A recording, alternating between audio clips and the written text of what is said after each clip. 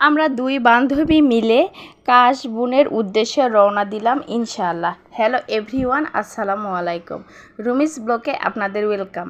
আশা করি আপনারা সবাই ভালো আছেন। আলহামদুলিল্লাহ আমিও ভালো আছি। তো এই যে কাশফুল কিভাবে তুললাম একটু আপনারা দেখতেই পাচ্ছেন। তবে এত পরিমাণ বৃষ্টি হচ্ছিল যে বাসা থেকে বের হওয়ার কোনো উপায় ছিল না। তারপরেও আমরা বৃষ্টির পরোয়া না করে আমরা অলরেডি চলে যাচ্ছি। আমাদের কখন কি মনে হয় আমরা নিজেও জানি না। এত পরিমাণ বৃষ্টির মাঝেও আমরা বাসা থেকে বের হয়েছি। আর আপনারা দেখতেই পাচ্ছেন রাস্তা দেখে যে এত পরিমাণ পানি রাস্তায়, যে রিক্সাও কোন দিক দিয়ে যাবে মানে বুঝতেছে না। কিন্তু না, আমরা কোনো কিছুই পরোয়া না করে চলে গেলাম অলরেডি কাশফুলের ডেরায়।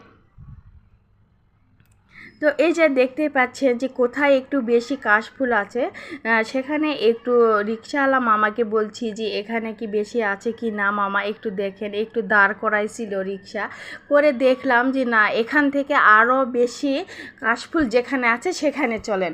তো রিক্সাওয়ালা মামাটা অলরেডি সেখানে নিয়ে যাচ্ছে। আর এই যে দেখতে পাচ্ছেন হাত দিয়ে দিয়ে দেখে দিচ্ছে যে এখানে বেশি আছে। তো যাই হোক ওখানে একটু নামে এই যে আপনারা দেখতে পাচ্ছেন একটু শ্যুট করলাম যে এখানে অনেক বেশি।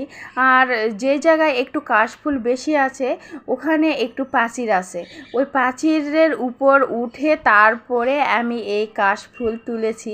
আপনারা দেখতেই পাচ্ছেন কি কষ্ট করে যে এই কাশফুলগুলো তুলতেছিলাম।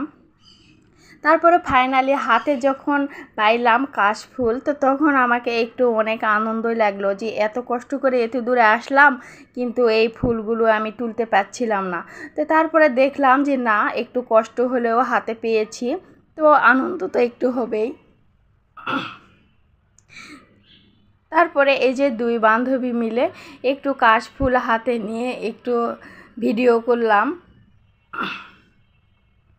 তো এই যে দুইজনে আবার সুন্দর করে একটু ভিডিও করতেছি, শ্যুট করতেছি। যাই হোক, তা আমাদের এখন আর বেশি সময় নেই, প্রায় সন্ধ্যা হয়ে যাচ্ছে।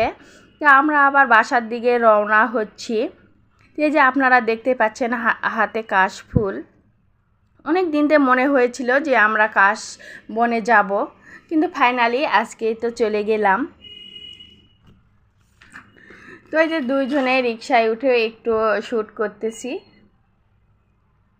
আমরা কাশফুল তোলা দেখে আমার বান্ধবী পুরাই হ্যাং যে এত কষ্ট করে আমি কিভাবে কাশফুলটা তুললাম।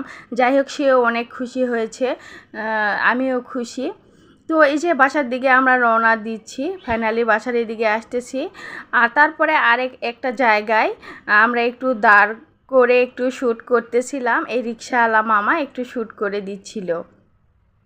তো যাই হোক, প্লিজ বন্ধুরা আমার এই ভিডিওটি যদি ভালো লেগে থাকে লাইক কমেন্ট সাবস্ক্রাইব করবেন আর লাইক ফলো দিয়ে সাথে থাকবেন। আর এই যে বাসা আসার আগে যে আমাদের বাজার থেকে ফুচকা নিয়ে বাসায় আসতেছি। আল্লাহ হাফেজ।